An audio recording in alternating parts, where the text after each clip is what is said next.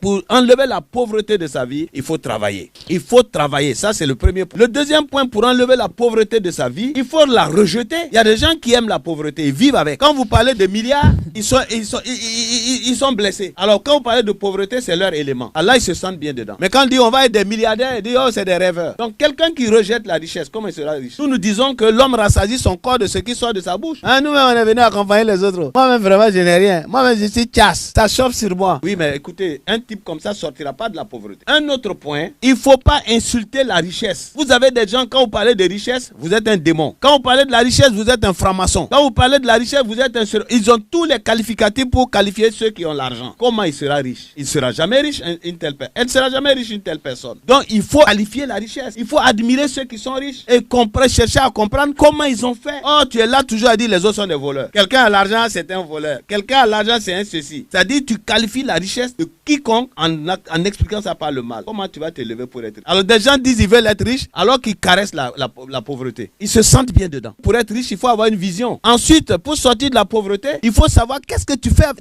veux faire avec l'argent si tu l'as. Il y a des gens, ils savent même pas ce qu'ils vont faire avec l'argent. Regardez tous nos jeunes là, ils sont là, ouais, ils veulent l'argent. C'est pour faire quoi? Acheter smartphone, aller coucher avec les filles.